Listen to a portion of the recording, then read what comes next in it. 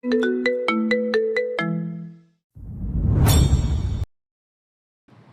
চোখ বন্ধ করে রইল যতক্ষণ না রাজীব গাড়িটা চৌধুরী বাড়ির ছাড়িয়ে অনেকটা দূর অবধি নিয়ে গেল। দিয়া আহিরার কাঁধে হাত রেখে নীরবে সান্ত্বনা বার্তা দিচ্ছে। ভিতরকার তাণ্ডব কমাতে না পারলেও সান্ত্বনা তো দিতেই পারে। রাজীব গাড়ির সামনের আয়নার সবটা দেখল। এইসবে সবাই কষ্ট পাচ্ছে। কিয়ান, আহিরা, রিয়া, এরা তিনজনই একই দুঃখের সাগরে ভাসছে। কারণ সবাই একই ঘাটের মাঝি। কেউ পেয়েও দিনরাতি দহনে পুড়ছে, আবার কেউ দূরে থেকেও পুড়ছে। এই দহনের খেলায় সবাই পুড়ছে নিজেদের ভেতর। কেউই শান্তিতে বা খুশিতে নেই। আহিরা শুধু এটাই জানে, রিয়া তখন ছুটে গিয়ে কিয়ানের বক্ষস্থলে ঝাঁপিয়ে পড়েছে। তবে তার ধারণারা সম্পূর্ণ ভুল। সে যদি চোখ মেলে তাকাতো তাহলে দেখতে পেত রিয়ার গালে পরপর পরপর 3টা থাপ্পড়গুলো, যেগুলো কিয়ান তীব্র দিনের ক্ষোভ থেকে মেরেছে। রিয়ার ঠোঁট কেটে রক্ত হয়ে এসেছে। তবুও রিয়া হাসছে, কারণ কিয়ান এই প্রথম স্বেচ্ছায় তাকে স্পর্শ করেছে। হোক না সেটা আঘাত, ভালোবাসার মানুষের আঘাতও তার কাছে অমৃত লাগছে। কতদিনের ইচ্ছে ছিল কিয়ানের স্পর্শ পাবে, আর সেই স্পর্শে কেঁপে উঠবে রিয়ার সারা অঙ্গ। সেই আশা পূর্ণ হলেও বলে হবে এই স্পর্শে কেঁপে উঠল ঠিকই, তবে সেটা ব্যথার আঘাতে। ভাগ্য কি নির্মম তার প্রতি, তাই না? কপাল খুলে সব দিয়েছে, শুধু ভালোবাসার মানুষটাকে দিল না। হায় কপাল! কপাল কাউকে না দিক, যে যুদ্ধে সে নেমেছে সেই যুদ্ধের শত্রুপক্ষে রাজাই তার ভালোবাসার মানুষটা, যাকে চাইলেও পরাজিত করে নিজের ধরে রাখতে পারছে না। কম তো নিচে নামেনি, তাহলে তারপরও কেন পাচ্ছে না এই মানুষটাকে? শুনেছে ভালোবাসা নাকি মানুষকে অন্ধ করে দেয়। আজ সত্যি সে এই ভালোবাসায় অন্ধ হয়ে গেছে। পরপর 6টার মতো থাপ্পড় খেয়েছে রিয়া। একটি বাড়ির জন্য নরেনি বা কিয়ানকে থামানোর চেষ্টা করেনি। গাল ফেটে রক্ত বের হওয়ার উপক্রম। বিষের মতো ব্যথাগুলোও তাকে সুখ দিচ্ছে, কারণ এটা ভালোবাসার মানুষের দেওয়া মিষ্টি যন্ত্রণা। এই যন্ত্রণা থেকে পালালে তো বেইমানি করা হয়ে যেত। কিয়ান আবারও মারার জন্য হাত তুলতে নিচ্ছিল। রায়রা চৌধুরী এসে হাতটা আটকে দেন। রিয়ার ফর্সা গালে জলজল করছে কিয়ানের হাতের ছাপ। ঠোঁট কেটে রক্ত পড়ছে, তবুও রিয়া কি দারুণ হেসে যাচ্ছে। চোখে মুখে উতলে পড়ছে সীমাহীন সুখের ঢেউ। রায়লা চৌধুরী রিয়াকে পাগল মনে হলো। না হলে কেউ মার খাওয়ার পরও হাসতে পারে? কিয়ানের সমস্ত শরীর রাগে থরথর করে কাঁপছে। ক্ষোভে ফেপে উঠছে সে, হিংস্র দানব হয়ে উঠেছে সে। যদি পারত এখনই গলা চেপে মেরে ফেলাকে। রায়লা চৌধুরী কিয়ানের এত রাগের কারণ বুঝতে পারলেন না, তাই তিনি রাগী কণ্ঠে জিজ্ঞেস করেন, পাগল হয়ে গেছিস? ওকে মারছিস কেন? এত রাগ কিসে ওর ওর ওপর? রায়লা চৌধুরীর কথা শুনে কিয়ান রাগে হুঙ্কার দিয়ে বলে ওঠে, এই শুয়োরের বাচ্চা একটা! জানো, আমার আরো এত ভয়ানক অবস্থার পেছনে এই শয়তানের বাচ্চা দায়। এর পাপ গুনতে গুনতে তুমি হাঁপিয়ে যাবে, কিন্তু এর পাপ কমবে না। ও এখনো বেঁচে আছে, এটাই ওর জন্য অনেক। কিয়ানের কথা শুনে রাহেলা চৌধুরী অবাক হয়ে যান। তিনি জানেন আহিরার অ্যাক্সিডেন্ট ইচ্ছাকৃতভাবে করানো হয়েছে, কিন্তু তিনি জানতেন না এইসবের পেছনে কে আছেন। তিনি অবাক চোখে রিয়ার দিকে তাকান। রিয়া দৃষ্টি নামিয়ে নেয় রাহেলা চৌধুরীর ওপর থেকে। আশেপাশের গার্ডরা শুধু দেখছে, কেউ মুখ দিয়ে টুর শব্দ করছে না। রিয়াকে দাঁড়িয়ে থাকতে দেখে কিয়ান আবারও হুঙ্কার দিয়ে বলে, আমার চোখের সামনে থেকে সর, নাইলে আজকে পার পাবি না।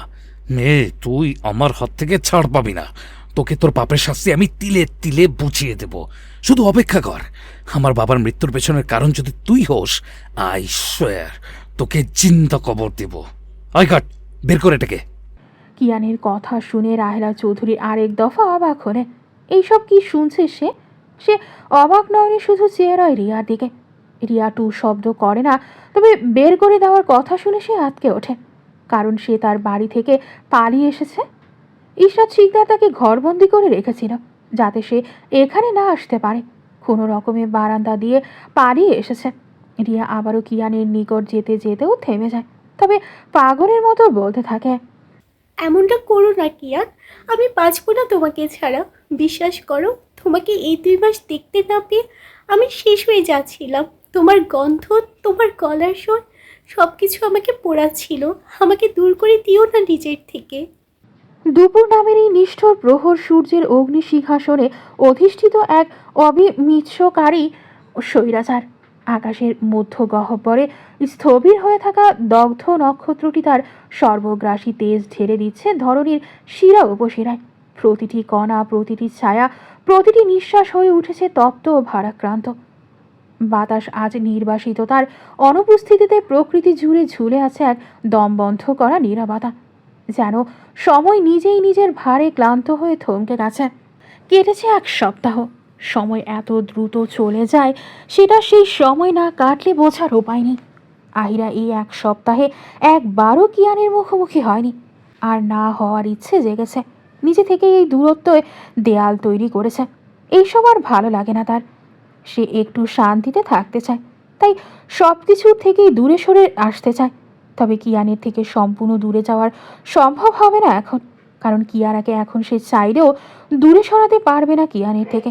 তাই বাধ্য হয়ে এই শহরেই থাকতে হবে তার। তবে রিয়াকে এবার ছাড় দেবে না। দিয়ার থেকে সবটা শুনেছে। যখন এটা জানতে পারে তাকে আঘাত করার পরও কিয়ারার ক্ষতি করতে চেয়েছে সে, তখন সে কিছুতেই ক্ষান্ত থাকবে না। কিয়ানের কোনো কিছুই সাথে সে নেই, তারপরও সে কেন রিয়ার ক্ষোভের শিকার হবে? সে যদি চায় আজও চৌধুরী বাড়িতে গিয়ে নিজের প্রাপ্য অধিকার চাইতে পারে, আর সেটা চাইলে সবাই দিতেও বাধ্য। কারণ এখন সে শুধু ওই বাড়ির বউ নয়, ওই বাড়ির বাচ্চাও আছে। তাই সবভাবেই তার সুযোগ আছে চৌধুরী বাড়িতে গিয়ে দখল করার। আহিরার স্কুলের কাজটা আর নেই, তাই বাসায় দিন কাটছে। এমনি থাকলেও দিয়া কোনোভাবে কাজ করতে দিত না। বাসায় নতুন কাজের লোক রাখা হয়েছে, আহিরা বারণ করেছিল, তবে দিয়া শোনেনি। দিয়ার বেতন দিয়ে অনায়াসে তাদের দিন ভালোভাবেই কাটবে। তবুও আহিরা চায় না সব চাপ গিয়ে মেয়েটার উপর পড়ুক। তার জন্য মেয়েটা এই কয়েক বছর অনেক করেছে, এখনও করেই যাচ্ছে। এর ঋণ সে কীভাবে শোধ করবে জানা নেই। মোস্তফা হোসেন বা সেই বাড়ির মানুষেরা কেমন আছে সেটাও তার জানা নেই। মাঝে মাঝে খারাপ লাগে, তবে কিছু করার নেই। তাদের সাথে তার সম্পর্ক সম্পূর্ণ শেষ হয়ে গেছে। আহিরা গোসল করে সবে বের হয়েছে। আগের মতো চুল শুকানোর জন্য রোদ পোহাতে হয় না। মাথার চুল বেশ অনেকটা বড় হয়েছে, তবে তারপরও নিজেকে দেখলে মনে হয় খালি খালি। কিয়ারা গভীর নিদ্রায় আচ্ছন্ন। গোসল করানোর আগে ঘুম পাড়িয়েছে, কান্না করতে করতে ঘুমিয়েছে। কিয়ানের সাথে কথা বলবে দেখে কান্না জুড়ে দিয়েছিল, কিন্তু আহিরা দেয়নি, ইচ্ছে করেই দেয়নি। যত সম্ভব দূরে রাখার চেষ্টা করছে। এইভাবে সারা জীবন থাকা যায় না। একদিন কিয়ারাও বড় হবে, তখন সে কি করে বলবে? সন্ধ্যা নামের এই অন্তর্বর্তীকালীন যেন দিনের দহন আর রাত্রির অজানা গভীরতার মাঝখানে দাঁড়িয়ে থাকা এক নীরব মধ্যস্থতাকারী। সূর্য অস্তাচলের প্রান্তে পৌঁছে রক্তিম অবসন্নতায় ঝরে পড়তেই আকাশের শরীর জুড়ে ছড়িয়ে পড়েছে বিষণ্ণ কমলা, বেগুনি আর ছাই রঙা নীলের জটিল স্তর বিন্যাস। এই সন্ধ্যা কোনো সমাপ্তি নয়, আবার সূচনাও নয়। এটি এক দীর্ঘশ্বাসের মতো বিরতি। আলো ও অন্ধকারের এই সীমানায় দাঁড়িয়ে পৃথিবী মুহূর্তের জন্য নিজের দিকে তাকায়। দিনের সমস্ত কোলাহল পেছনে রেখে রাত্রির অজানা গহ্বরে ধীরে ধীরে আত্মসমর্পণের প্রস্তুতি নিচ্ছে সে। শিকদার বাড়ির সামনের পরপর দুটো গাড়ি এসে থেমেছে। সেই গাড়ি থামতেই কিয়ান তীব্র রাগের সাথে বের হয়ে আসে। কোনো দিকে না তাকিয়ে সোজা ভেতরে ঢুকে যায়, আর ভেতরে প্রবেশ করতে করতেই রিয়ার নাম হুঙ্কার দিয়ে ডেকে ওঠে। রিয়ার কর্ণকুহরে কিয়ানের কণ্ঠস্বর ভেসে আসতেই সে নিজের রুম থেকে ছুটে বের হয়ে আসে। দ্রুত বেগের সাথে সিঁড়ি বেয়ে নিচে নেমে আসে। কিয়ানের হুঙ্কার বেড়ে চলেছে। রিয়া কাছে সেটা হুঙ্কার মনে হলো না, মনে হলো কিয়ান তাকে ডাকছে মধুর সুরে। কিয়ানের চিৎকারে ইশরাত শিকদারও বের হয়ে এসেছে। কিয়ানের হঠাৎ আগমনে সেও অবাক হয়েছে। রিয়া নিচে নেমে কিয়ানের কাছে ছুটে যেতেই কিয়ানের শক্ত হাতের থাপ্পড় এসে রিয়ার গালে পড়ে। সেদিনের মতো একের পর এক আঘাত পড়তেই আসে। রিয়া সারা দুনিয়া উল্টে উঠল মনে হলো। গাল জ্বালা পোড়া করছে ভীষণ রকমের, কিন্তু কিয়ান শান্ত হলো না। কিয়ানের সারা মুখশ্রী রাগে লাল হয়ে আছে। যদি সে পারে রিয়াকে নিজ হাতে ফেলবে। একের পর এক থাপ্পড়ের তাল সামলাতে না পেরে রিয়া ফ্লোরে ছিটকে পড়ে। ইশরাত শিকদার মেয়ের এমন অবস্থা দেখে ছুটে এসে আঁকড়ে ধরেন। সেদিনের আঘাতের কালচে দাগ এখনও রিয়ার গালে রয়েছে, আবারও একই রকম আঘাত পড়ায়। রক্ত বের হয়ে এসেছে। রিয়া অশ্রুসিক্ত নেত্র জোড়া তাক করে আছে হিংস্র কিয়ানের দিকে। ইশরাত শিকদার কিয়ানের দিকে তাকিয়ে শক্ত গলায় বলেন, কিয়ান, তোমার সাহস কি করে হলো আমার মেয়ের গায়ে হাত তোলার, তাও আমারই বাড়িতে দাঁড়িয়ে? কিয়ান রাগে গর্জন দিয়ে বলে ওঠে, সাহসের কিচ্ছু দেখেননি আপনারা। তবে এবার দেখবেন ও সাহস কি করে হলো আমার বাবাকে খুন করার। এতদিন না হয় সব কিছুর থেকে পার পেয়েছে, এবার পার পাবে না। কিয়ানের কথা শুনে রিয়ার এই মুহূর্তে গালের ব্যথা থেকে কিয়ানের কথাগুলো শুনে ভয় লাগছে বেশি। কিয়ান কি করে জানলো এসব? না, এটা কিছুতেই হতে পারে না। রিয়া ইরশাদ শিকদারের কাছ থেকে নিজেকে ছাড়িয়ে কিয়ানের কাছে ছুটে গিয়ে কাঁদতে কাঁদতে বলে, কি কি বলছো এইসব? আমি কেন বাবাকে মারবো? তুমি বিশ্বাস করো, আমি কিছু করিনি। ওই আহিরা তোমাকে মিথ্যা বলছে। রিয়ার এমন কথা কিয়ানের রাগকে আরও কয়েক ধাপ বাড়িয়ে দেওয়ার জন্য যথেষ্ট ছিল। কিয়ান রাগে হিতাহিত জ্ঞান হারিয়ে রিয়ার গলা চেপে ধরে শক্ত করে। রাগে হিসিয়ে গর্জন দিয়ে বলে ওঠে, তুই করেছিস শয়তানের বাচ্চা। আমার বাপটাকে মারতে তোর একবারও বুক কাঁপেনি? আমার বাপকে মেরে তারই বাড়িতে থেকেছিস। এত কিছু করার পরেও কিভাবে বলিস এসব? রিয়ার শ্বাস আটকে গেছে, ফর্সা মুখ লালচে হয়ে গেছে, তার চোখের সাদা অংশ বের হয়ে এসেছে। এমন আর কিছু সময় থাকলে হয়তো রিয়া সত্যিই মারা পড়বে। ইশরাত শিকদার ছুটে আসেন আবারও। কিয়ানের হাত থেকে কোনো রকমে রিয়াকে ছাড়িয়ে নেন তিনি। রিয়া ছাড়া পেতে খুব খুব করে কেসে ওঠে। আর একটু হলে এখানেই জীবনটা শেষ হয়ে যেত তার। তবে এটা নিয়ে রিয়ার কোনো আফসোস হতো না, বরং সে আরও খুশি হতো, কারণ কিয়ানের হাতে তার মৃত্যু হবে, এর থেকে সুখের আর কি হতে পারে।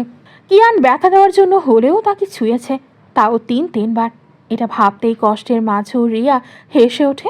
রিয়ার হাসি দেখে ইশরাত শিকদার মনে হলো রিয়া পাগল হয়ে গেছে। তবে কিয়ানের ভালো লাগলো না, সে আবারও হিংস্র হয়ে রিয়াকে মারতে এগোলো। পেছন থেকে হঠাৎ রাজীব এসে তাকে আঁকড়ে ধরে শক্ত করে। রিয়া নিজের মায়ের দিকে তাকিয়ে ছাড়ার জন্য বলে, তবে ইশরাত শিকদার ছাড়েন না, কারণ কিয়ান এখন পাগল হয়ে আছে। রিয়াকে পেরেই আবারও আঘাত করে বসবে। বাড়ির স্টাফরা দেখছে শুধু, কি হচ্ছে তারাও বুঝতে পারছে না। রিয়ার জামাই এটা সবাই জানে, আর এই প্রথম রিয়ার বিয়ের পর আসলো। না হলে কোনোদিনও কিয়ানকে শিকদার বাড়িতে আসতে দেখা যায়নি, আর এসে এমন হামলা করছে, তাও নিজের বউয়ের ওপর। বিষয়টা বেশ অবাক করা। কিয়ান হুঙ্কার দিয়ে বলে, রাজীব, আমাকে ছাড়। এই কুত্তার বাচ্চা আমার জীবনটাকে নরক বানিয়ে রেখেছে। একে আমি আজ মেরেই ফেলবো। আমাকে খুব চায়, তাই না? এবার আমাকে চাওয়ার পরিণাম দেখাবো ওকে। আমাকে চাওয়া কতটা ভয়ানক হতে পারে। রাজীব কিয়ানকে শান্ত রাখার চেষ্টা করছে, কিন্তু এই ছেলে রেগে গেলে কারো কথাই শোনে না। তাই রাজীব বলে, কিয়ান শান্ত হ। এইভাবে আইন হাতে তুলে নিচ্ছিস কেন? তুইও কি ওর মতো খুনি হতে চাচ্ছিস? কিয়ান ফ্লোরে একদলা থুতু ফেলে বলে, ছে, রাখ তোর আইন। ওকে এই আইন কিছুই করবে না। কিয়ান পুলিশ যাচ্ছে তো, তুই শান্ত থাক। রিয়া আবারও নিজেকে ছাড়িয়ে কিয়ানের কাছে এসে বলতে থাকে, বিশ্বাস করো, আমি কিছু করিনি। আমি কিছু করিনি, সবাই আহিরা করেছে। এখন আমার দোষ দিচ্ছে। তুমি বলো, আমি এমনটা কেন করব? রিয়ার একের পর এক মিথ্যা কথা শুনে কিয়ানের সাথে রাজীবেরও বেশ রাগ লাগলো। যদি পারত সেও দুটো কানে নিচে লাগিয়ে দিত, কিন্তু এমনটা করা ঠিক হবে না। তবে সে বিরক্ত হয়ে রিয়ার দিকে তাকিয়ে বলে, আর কত মিথ্যা কথা বলবি রিয়া? অনেক তো হলো। এবার না হয় নিজেকে মুক্তি করো এই মিথ্যা থেকে।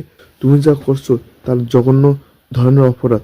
তুমি যা আঙ্কেলকে খুন করেছো, শুধু এমনটা না, তুমি আবারও আহিরাকে মারার চেষ্টা করছো, তাও খুবই নোংরা ভাবে। এইসব করে কি পেলে?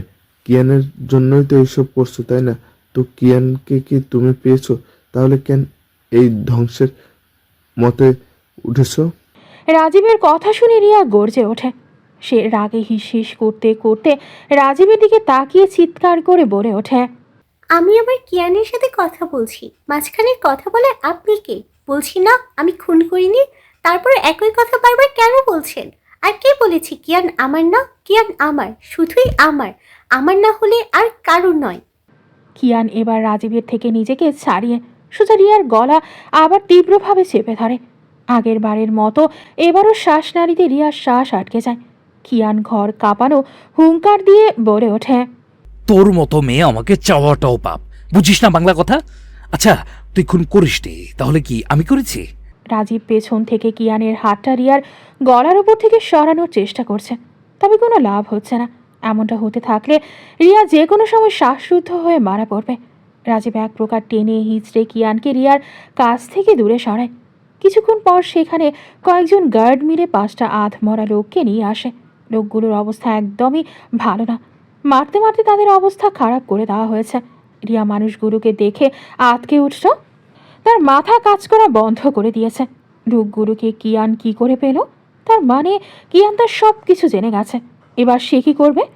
লোকগুলোর মধ্যে একজন রিয়াকে দেখা মাত্রই বলে ওঠে, শেষ, ইনি আমাদের টাকা দিয়েছিলেন ওই মেয়েটাকে মারানো, কিন্তু ভাগ্যক্রমে সেই গাড়িতে থাকা লোকটা মারা যায়। মেয়েটাও মারা যেত যদি সময় মতো ওনাকে বের না করে দিত। স্যার, এবার ছেড়ে দিন আমাদের, আমরা ইচ্ছে করে করিনি কিছুই। সেই লোকটার কথা শুনে বাকি লোকগুলো এক এক করে সব কিছু বলতে থাকে। ইশরাত শিকদার খুব ভালো করে বুঝলেন এবার কোনোভাবেই বাঁচতে পারবে না। তার মেয়ে যে খুব ভালো করেই ফেঁসে গেছে। তিনি তাড়াতাড়ি করে স্বামীর কাছে কল লাগালেন। এই মুহূর্তে সব কিছু না বললেই নয়। রিয়া সেই লোকগুলোর কথা শুনে পাগলের মতো করতে থাকে। পাগলের মতো চিৎকার করতে করতে বলে, আমি কিচ্ছু করিনি, এরা সবাই মিথ্যা বলছে, আমি কিচ্ছু করিনি। কিয়ান, তুমি আমার কথা শোনো, আমি তোমাকে ভালোবাসি, আমি কি এসব করতে পারি বলো? ওরা সবাই আমাকে ফাঁসাচ্ছে। এই, তোরা মিথ্যা বলছিস কেন? জানিস না আমার কিয়ান আমাকে এমনিই চায় না। তোরা আরও কেন ওকে আমার থেকে দূর করছিস? তোরা কেন দেখতে পাস না আমি আমার কিয়ানকে কতটা চাই? আমার সব চাওয়া, সব পাওয়া, সব ওকেই ঘিরে। তোরা কেন আমার কিয়ানকে আমার থেকে দূর করতে চাস? তোদের কাউকে ছাড়বো না, তোদের ছাড়বো না। বলতে বলতে রিয়া হাইপার হয়ে যায়। সে কি করবে বুঝতে পারছে না। সে কিছুতেই কিয়ানকে হারাতে পারে না। সে তো সব কিছু এই মানুষটাকে পাওয়ার জন্য করেছে। আর ভালোবাসার যুদ্ধে সব জায়েজ। সে তো ভালোবাসার মানুষটাকে চেয়েছে, একান্তই তার করে চেয়েছে। এটা কি খুব বেশি চাওয়া? কিয়ান কেন বুঝলো না আজও তাকে? কেন তার ভালোবাসার দিকটা দেখে না? কথা আছে, আমরা যাকে সবচেয়ে বেশি চাই সেই মানুষটা আমাদের চায় না। আমাদের চাওয়ার পরিমাণ অসীম, তবে পাওয়ার বেলায় সেটা সসীম কেন হয়ে যায়? বিরহের যন্ত্রণার চেয়েও কষ্টকর হলো কাউকে ভালোবেসেও নিজের করে না পাওয়া। ইশরাত শিকদার এগিয়ে গেল। কিয়ান সে যে সব জেনে গেছে সেটাও বুঝলেন। চাইলেও সে এখন একা সামাল দিতে পারবে না কিয়ানকে। যে কোনো সন্তানই এমনই করবে যদি জানতে পারে তার বাবার খুনিকে। তিনি রিয়াকে আঁকড়ে ধরেন। রিয়াকে বাঁচানোর জন্য তিনি বলেন, এই লোকগুলো যে মিথ্যে বলছে না সেটার প্রমাণ কি? কোথাকার লোক এসে বলল আর আমার মেয়ে খুনি হয়ে গেল, তাই না?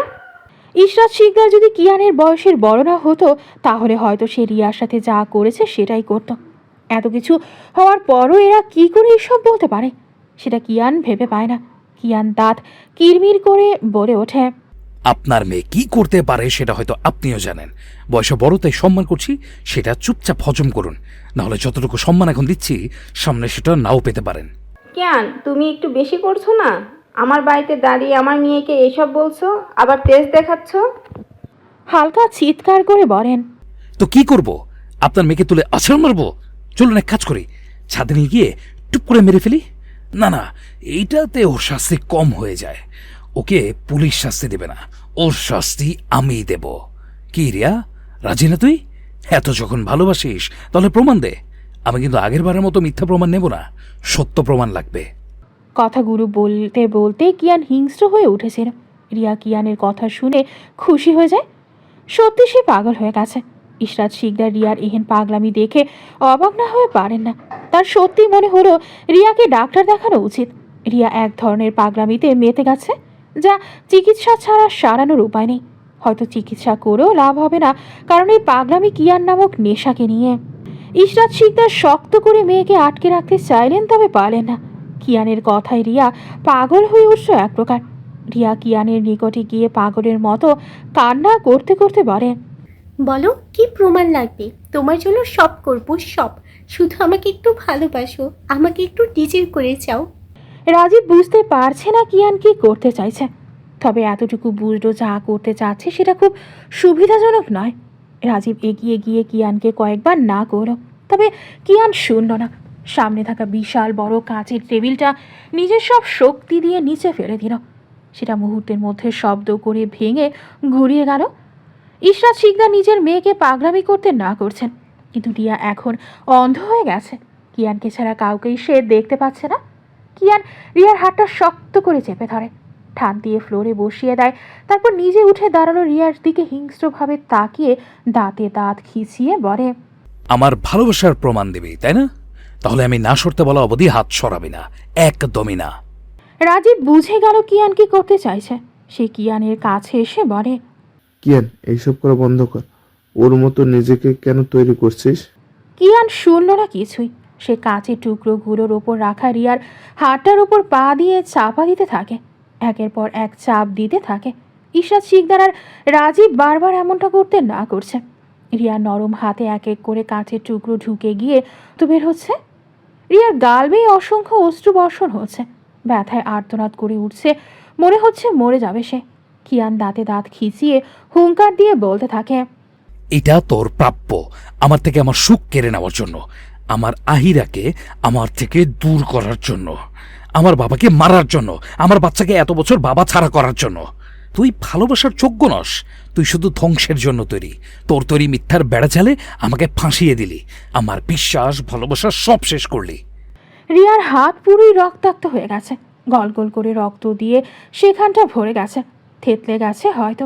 ইশরাত শিকদার মেয়ের এমন অবস্থা দেখতে পারেন না। তিনি কিয়ানের পায়ের নিচ থেকে রিয়ার হাতটা বের করার চেষ্টা করছেন, তবে রিয়া সেটার কিছুই করছে না। তার কাছে এই মৃত্যু যন্ত্রণার মতো ব্যথাও মধু লাগছে। চিৎকার করে আর্তনাদ করছে, তবুও সরাচ্ছে না।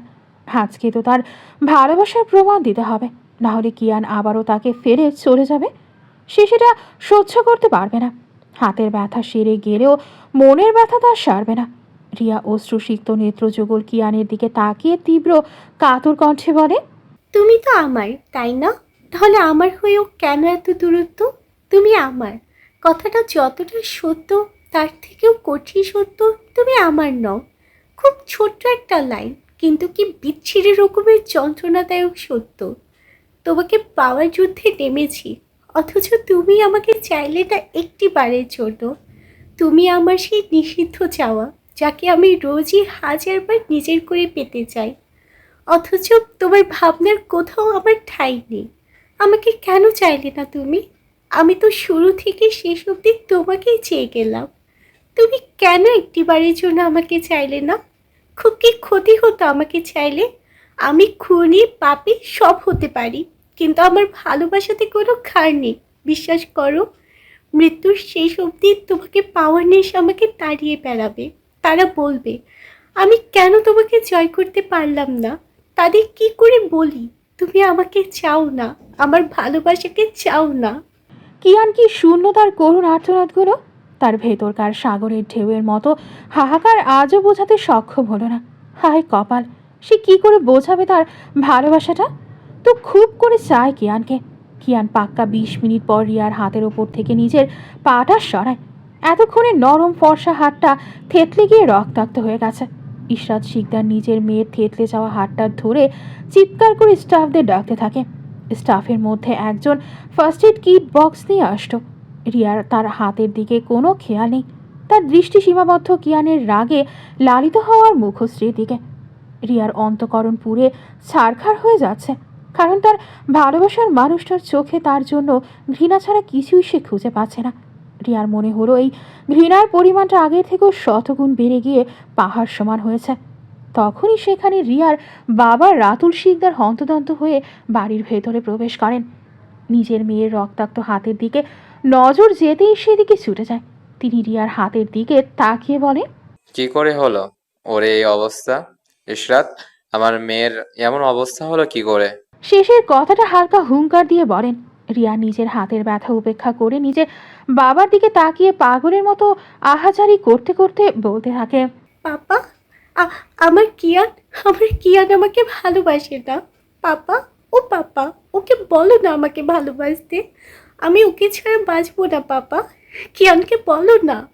মেয়ের এমন আহাজারি শুনে কি করবে বুঝতে পারেন না। হাতের অবস্থা বেহাল, অথচ মেয়েটা কিয়ানকে নিয়ে মেতে আছে। তিনি তাড়াতাড়ি ডক্টরকে বাড়িতে ডাকলেন। তিনি বুঝলেন এটা কিয়ানের কাজ, কারণ কিয়ানের জুতোতে এখনও রক্ত লেগে আছে। তিনি রিয়ার কাছ থেকে উঠে কিয়ানের মুখোমুখি দাঁড়িয়ে ক্ষিপ্ত গলায় বলে, আমার মেয়ের সাথে এমন অমানুষের মতো ব্যবহার করার সাহস কোথায় পেলে? আমার মেয়ের নামে এসব কি শুনছি? তুমি বললে আর আমার মেয়ে খুলি হয়ে গেছে। কিয়ানের চোয়ার আগে থেকেই শক্ত হয়েছিল, কিন্তু রাতুল শিকদারের কথা শোনার পর সেটা আরও শক্ত হয়ে এলো। কিয়ান মাথায় হাত চালালো, তবে আগের মতে চুল না থাকায় টেনে ধরতে পারল না। তবে সে রাগে হিস হিস করতে করতে বলে, খুনিকে খুনি বলবো না তো কি ইনোসেন্ট বলবো? আমি যে অমানুষ সেটা খটা করে বলতে হবে না। I know I am a monster. Ratul Sikdar রিয়ার কি করেছে সেগুলোর ব্যাপারে কিছুই জানে না, তাই তিনি নিজের মেয়ের এমন করুণ দশা দেখে আরও ক্ষিপ্ত হলেন কিয়ানের ওপর। তিনি আবারও দাঁত কটমটিয়ে বলে, ভুলে যেও না রিয়া তোমার ওয়াইফ হওয়ার আগে আমার মেয়ে, আর আমার মেয়ের সাথে উল্টোপাল্টা কিছু হলে আমি কিন্তু ছেড়ে দেব না। রাতুল শিকদারের কথা শুনে কিয়ান খুবই বিচ্ছিরিভাবে হাসতে শুরু করে। সেই হাসিতে সারা ড্রয়িং রুম কেঁপে উঠল। হাসতে হাসতে কিয়ান এক সময় থেমে যায়। ইশরাত শিকদার চিন্তায় পড়লেন বেশ, কিয়ান যদি এখন তাদের বিয়ে না হওয়ার কথাটা বলে দেয় তাহলে কি হবে? কিয়ান রিয়ার দিকে তাচ্ছিল্যের মায়া দৃষ্টিতে তাকিয়ে তার দৃষ্টি সরিয়ে নিয়ে রাতুল শিকদারের দিকে তাকিয়ে তাচ্ছিল্যের স্বরে বলে, হুজ মাই ওয়াইফ? আর আপনি ছাড়বেন কি আমাকে? আপনার মেয়েকে ছাড়াবেন কি করে সেইটা ভাবুন। মানে কি বলতে চাচ্ছ তুমি? রাগী স্বরে জিজ্ঞেস করেন। কিয়ান পকেটে হাত গুজিয়ে দিয়ে দাঁড়িয়ে দাঁতে দাঁত খিচিয়ে হুঙ্কার দিয়ে বলে, আপনার মেয়ের আমার ওয়াইফ কেন? আমার প্রস্টিটিউট হওয়ার যোগ্যতাও রাখে না, সেখানে তাকে ওয়াইফ বানানোর তো প্রশ্নই আসে না। আপনার মেয়ে যে একজন খুনি, বাবা হয়ে এটা জানেন না? মানুষের জীবন কিভাবে ধ্বংস করতে হয় এটা তো খুব ভালো করেই জানে আপনার মেয়ে। তাহলে তাকেই জিজ্ঞেস করুন সে কি করেছে। কিয়ানের কথা শুনে রাতুল শিকদার বিস্মিত নয়নে নিজের মেয়ে আর স্ত্রীর দিকে তাকান। ইশরাত শিকদার কি বলবেন বুঝতে পারছেন না। তিনি তার দৃষ্টি নামিয়ে নেন রাতুল শিকদারের ওপর থেকে। রাতুল শিকদারের দৃষ্টিতে এখন সম্পূর্ণ রিয়ার ওপরে। রিয়া নিজের বাবার বিস্মিত দৃষ্টি দেখে পাগলের মতো আবারও বলতে থাকে, বাবা, বিশ্বাস করো আমি কিচ্ছু করিনি, সবই আহিরা করেছে। এখন সব দোষ আমাকে দিচ্ছে যাতে আমার কিয়ানকে আমার কাছ থেকে কেড়ে নিতে পারে। তুমি বিশ্বাস করো আমি কিছু করিনি। রিয়ার ফের এমন মিথ্যে কথা শুনে কিয়ান সহ রাজীব প্রচণ্ড রকমের বিরক্ত হয়ে পড়ে রিয়ার ওপর। যদি পারে এখন এই মেয়ের গলা টিপে মেরে ফেলবে, তবে সে এত সহজ মৃত্যু রিয়াকে দেবে না। রিয়ার কঠিন শাস্তি হওয়া দরকার। তার জীবনটা সম্পূর্ণ নরকে পরিণত করেছে এ মেয়ে। 4 বছর সেই মৃত্যু যন্ত্রণায় ভুগেছে। তার ভালোবাসা, বিশ্বাস, সংসার সবকিছু মুহূর্তের মধ্যেই ধ্বংস করে দিয়েছে এই মেয়ে। রাতুল শিকদার নিজের মেয়ের কথাটাই সত্য হিসেবে মেনে নিলেন। তার উপর তারই সামনে নিজের মেয়েকে নিয়ে এমন জঘন্য কথা শুনলে যে কোনো পিতারই রাগ লাগবে। রাতুল শিকদার কিছুটা অহংকার দিয়ে বলে ওঠেন, কিয়ান, তোমার মনে হয় না তুমি তোমার লিমিট ক্রস করছো? আমার বাড়িতে দাঁড়িয়ে আমারই সামনে আমারই মেয়েকে এক জঘন্য কথা বলছো। তোমার সাথে আমার মেয়ের বিয়ে হয়েছে, সে হিসাবে রিয়া তোমার স্ত্রী, আর ওকে সম্মান দিয়ে কথা বলাটা তোমার দায়িত্ব। ইউসুফের ছেলে বলে আমি কিন্তু ছেড়ে দিব না। রাতুল শিকদারের কথাগুলো শোনার পর কিয়ান রাতুল শিকদারের থেকেও দ্বিগুণ জোরে হুঙ্কার দিয়ে বলে ওঠে, কিসের স্ত্রী আর কিসের সম্মান? জানেন কাকে সম্মান দিতে হয়? কিয়ান পেছন দিক ফিরে রাজীবের দিকে তাকিয়ে বিরক্তিকর স্বরে বলে, রাজীব, এগুলোকে সামনে থেকে নিয়ে যেত, আবর্জনাকেও নিয়ে আসতে বল, ওর শাস্তি এখনো বাকি। বলে কিয়ান সেখান থেকে গট গট করে বের হয়ে যায়। রাজীব গার্ডদেরকে সেই লোকগুলোকে সোজা পুলিশ স্টেশন নিয়ে যেতে বলে।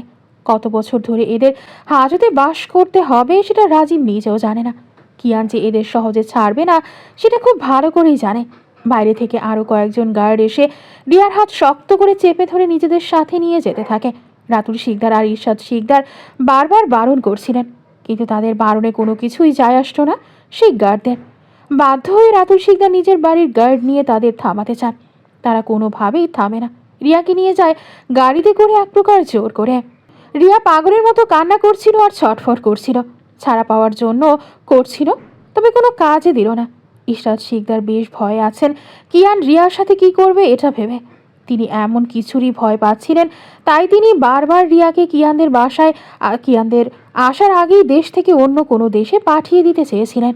কিন্তু রিয়ার জেদের কাছে সব কিছু হার মেনে নিতে হয়েছে। রাত নামেই অনির্বচনীয় প্রহর রাজা রোজকার মতো আলোর সমস্ত অহংকার নিভিয়ে দিয়ে পৃথিবীর ওপর চাপিয়ে দেয় এক গভীর নিঃশ্বাসরুদ্ধকর নৈশব্দ। সূর্যের বিদায়ের পর আকাশ ক্রমেই রূপ নিয়েছে অতল কৃষ্ণবর্ণের অসীম গহ্বরে, যেখানে তারারা জ্বলে উঠেছে। অন্ধকার এখানে কেমন আলোর অনুপস্থিতি নয়, সে এক সচেতন উপস্থিতি। মনে হচ্ছে নিঃশব্দে সব কিছুকে গ্রাস করে নিজের সীমাহীন বিস্তারে। রাত 10:15। কিয়ারা কেঁদে চলেছে একাধারে। আহিরা পাশে অসহায়ের মতো কিয়ারার দিকে তাকিয়ে রয়েছে। কিয়ারার কান্নার কারণে কিয়ারার সাথে সারাদিন কথা বলতে না পারায় দুই আহিরার বকা দেওয়ার কারণে। কিয়ানের সাথে বারবার কথা বলতে চায় আহিরা কিয়ারাকে রামধমক দিয়েছে, সেই সাথে এটাও বলেছে তার পাপাকে ভুলে যেতে। আহিরা কোনো দিন এমন করে না, তাই হঠাৎ এমনটা করায় কিয়ারা কান্না জুড়ে দিয়েছে। আহিরার ওপর তার প্রচণ্ড অভিমান জমেছে মনে। বকা দেওয়ার পর আহিরার নিজেরই এখন খারাপ লাগছে। কিয়ারার এমন কান্না দেখে নিজেকে কয়েকবার মনে মনে বকা দিয়ে নিল। কিয়ারের বা দোষ কোথায়? সে তো কিয়ারার ভালোর জন্য কিয়ানের থেকে দূরে রাখতে চায়। সময়ের সাথে আবারও দূরে যেতে হবে, তাই ক্ষণিকের মায়া লাগাতে চায় না সে, না হলে পরে অবুঝ ছোট্ট হৃদয়টা ভেঙে যাবে। আহিরা কয়েকবার কিয়ারাকে কোলে নিতে চেয়েছে, তবে কিয়ারা কাছে আসতে নারাজ, যাবে না আহিরার কাছে। কান্না করতে করতে চোখ মুখ লাল করে ফেলেছে। হঠাৎই কলিং বেলের শব্দ বেজে উঠতেই কিয়ারা সহ আহিরাও সেদিকে মন যায়। আহিরা বুঝলো এত রাতে কে এসেছে, তবে সে খুলবে না কিছুতেই। কিয়ারা কান্না ছেড়ে নিজেই নেমে গিয়ে বাহিরে দরজার কাছে চলে যায়। আহিরার বারবার ডাকার পরও কিয়ারা শোনে না, সেও বুঝে গেছে কিয়ার এসেছে। দরজার সামনে গিয়ে আবারও ঠোঁট উল্টিয়ে কান্না জুড়ে দিয়ে বিলাপ করা শুরু করে দিয়েছে। পাপা পাপা আমার ভালো না, পাপা যাবো। আহিরা কিয়ারার পেছনে এসে দাঁড়ায়। কয়েকদিনে এমন বাবা ভক্ত হয়ে গেছে, আহিরা গম্ভীর কণ্ঠে বলে। কিয়ারা ভেতরে যাও। কিয়ারা কান্না জুড়ে বলতে থাকে। না কিয়ারা যাবে না, পাপা যাবো। কিয়ান হয়তো বাহিরে থেকে শুনতে পেয়েছে সব কিছু, তাই এইবারও দরজায় কড়া নাড়ে। আহিরা তারপরও খুলবে না বলে মনস্থির করে নিয়েছে, কিন্তু কিয়ারাও জেদের বসে কান্না করতে করতে ফ্লোরে উল্টা উল্টি হয়ে কান্না জুড়ে দিয়েছে। আহিরা অবাক হয়ে তাকিয়ে রয়, এমনটা কিয়ারা তার খেলনার জন্য করে না। তখনই দিয়াও নিজের রুম থেকে আসে। কিয়ারাকে এমনভাবে কান্না করতে দেখে সে তাড়াতাড়ি এসে কিয়ারাকে উঠিয়ে আহিরার দিকে তাকিয়ে জিজ্ঞেস করে, ওর কি হয়েছে, এমন করছে কেন? আহিরা শান্ত স্বরে বলে, জেদ ধরেছে। কিসের? আহিরা দীর্ঘ একটা নিঃশ্বাস ছেড়ে বলে, পাপার কাছে যাবে তাই। আহিরাদের কথার মাঝে কিয়ান আবারও কলিং বেল বাজায়। দিয়াও বুঝলো এটা কিয়ান। কিয়ারার কান্নার বেগও বেড়ে চলেছে, তাই বাধ্য হয়ে দিয়া দরজা খুলে দেয়। কিয়ান এতক্ষণ চাতক পাখির মতো অপেক্ষা করছিল। দরজা খুলে দিতেই কিয়ানের দিকে তাকিয়ে ঠোঁট উল্টিয়ে কান্না জুড়ে দেয়। কিয়ান এক নজর আহিরার দিকে তাকিয়ে কিয়ারাকে কোলে তুলে নেয়। কিয়ানকে পেয়ে আরও আবেগী হয়ে ওঠে। কিয়ান নিজের মেয়েকে শান্ত করার জন্য পিঠে হাত বুলিয়ে দিচ্ছে। দিয়া তীক্ষ্ণ দৃষ্টিতে কয়েকবার কিয়ানের দিকে তাকিয়ে নিজের রুমে চলে যায়। আহিরাও চলে যায় নিজের রুমে। কিয়ান আস্তে করে দরজা লাগিয়ে দিয়ে কিয়ারাকে নিজের কাঁধে নিয়ে হাঁটাহাঁটি করছে। কিয়ারা কান্না করতে করতে আধো গলা অস্পষ্ট স্বরে বলতে থাকে, মামা পূজা হয়ে গেছে, বকা দেয়, পূজা হয়ে গেছে। কিয়ান নীরবে নিজের মেয়ের বলা অস্পষ্ট স্বরের নালিশগুলো শুনছে। কি মধুর লাগছে তার। এই অনুভূতি বলে বোঝানোর মতো নয়। কিয়ারা সারাদিনের অভিযোগে এক এক করে কিয়ানকে বলছে আর কাছে। কিয়ান হালকা হাসতো। কিয়ারা কাঁদতে কাঁদতে একসময় কিয়ানের কাঁধেই গভীর নিদ্রায় তলিয়ে গেল। কিয়ান আস্তে করে কিয়ারাকে নিয়ে আহিরার রুমে চলে যায়। সারা রুম অন্ধকারে আচ্ছন্ন হয়ে আছে। বারান্দার পর্দাগুলো এক সাইডে করা, বাহিরের পরিবেশ দৃশ্যমান। কিয়ানের উপস্থিতি বুঝতে পেরে আহিরা নিজের ভাবনার জগৎ থেকে বের হয়ে আসে। আহিরা আগে থেকেই কিয়ারার শোয়ার জায়গা করে রেখেছিল, কারণ তার জানা ছিল কিয়ারা হয়তো কিয়ানের কাছেই ঘুমিয়ে পড়বে কাঁদতে কাঁদতে। আর হলো তাই। কিয়ান আস্তে করে কিয়ারাকে শুইয়ে দিল। আহিরা একটিবারের জন্য কিয়ানের দিকে চোখ তুলে পর্যন্ত তাকাচ্ছে না। মনে হচ্ছে কিয়ানের দিকে তাকালে বড় কোনো পাপ হয়ে যাবে। কিয়ান এতদিন মনে মনে অপরাধ বোধে ভুগছিল, কিন্তু আজকে সম্পূর্ণ সত্যি জানার পর নিজের সাথে চোখ মেলাতেও লজ্জা লাগছে তার জানা নেই সে কোন মুখে আহিরার সাথে কথা বলবে। তবে তাকে কথা বলতে হবে।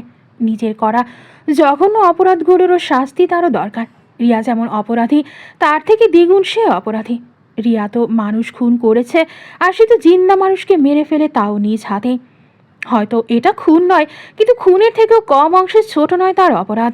আহিরা অপেক্ষায় আছে কিয়ান কখন যাবে। সে বেশ দূরত্বে দাঁড়িয়ে আছে কিয়ানের থেকে। কিয়ান শুকনো একটা ঢোক গেলে আবারও নিজের শুকিয়ে যাওয়া গলাটা ভিজিয়ে নেয়। তারপর আহিরার দিকে তাকিয়ে ভঙ্গুর কণ্ঠে বলে, আহিরা। আহিরা বরাবরের মতোই নিশ্চুপ। কিয়ান কয়েকবার আহিরার নাম ধরে ডাকে, তবে আহিরা প্রতিবারই নীরবতা পালন করতে ব্যস্ত। কিয়ান অধৈর্য হয়ে উঠল। সে এগিয়ে গেল আহিরার দিকে। আহিরা সেটা বাঁকা চোখে দেখে দু কদম পিছিয়ে যায়। কিয়ান আবারও কাতর কণ্ঠে বলে, আহিরা লিসেন টু মি। বলেই ধরতে নিলে আহিরা চোখ গরম করে তাকায়। কিয়ানের এমন কণ্ঠ শুনে তার কর্ণকুহরে কেউ জ্বালা পোড়া করে দিচ্ছে। আহিরা বিরক্তি নিয়ে বলে, বারবার এমন নাটক করার মানেটা কি? অ্যাক্সিডেন্ট হওয়ার পর এত দয়া আসলো কোত্থেকে, হ্যাঁ? কিয়ান শুকনো আরেকটা ঢোক গিলে নিল। কথাগুলো তার ভেতরেই কেমন পেস লেগে যাচ্ছে। কিভাবে শুরু করবে বুঝতে পারছে না। ক্ষমা চাওয়া কি এত কঠিন, নাকি সেই শুধুই পারছে না? কিয়ান হালকা হেসে বলে ওঠে, দয়া? তোমার মনে হচ্ছে এটা দয়া? যাকে আহিরা, আমি জানি আমি যা করেছি সেটা একদমই ঠিক না, কিন্তু বিশ্বাস করো আমি তোমাকে সেই আগের মতোই চাই, শুরু থেকে শেষ পর্যন্ত তোমাকেই চাই। আহিরার হাসি পেল খুব। মনে হলো কিয়ান কোনো মজার কথা বলছে আর সে হেসে যাচ্ছে। আহিরা হাসি থামিয়ে হঠাৎ বলে ওঠে,